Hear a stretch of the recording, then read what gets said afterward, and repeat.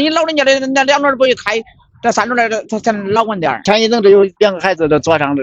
别进，交通比较方便一点，就是不堵车，能就是接送孩子，能带孩子的这个接送点停到这儿。这种3轮电动车有一个和车辆一体的棚，我们看呢，它是由前边的这种挡风玻璃，然后塑料里边还有那种钢管组成的3000多、4000多，对，有5000多、6000多。非标电动3、4轮车是无法办理上牌登记的，在车辆的合格证上或者是车辆名牌上找到车辆型号，登录工信部道路机动车辆生产企业及产品信息查询系统，输入车辆型号查询。如果能在系统中查询到该车辆的信息呢，那么它就是合规车辆。咱们驾驶人也必须持有相应的准驾车型的驾驶证，才能上道路行驶。也就是3轮摩托车要持有D证。为了骑3轮车，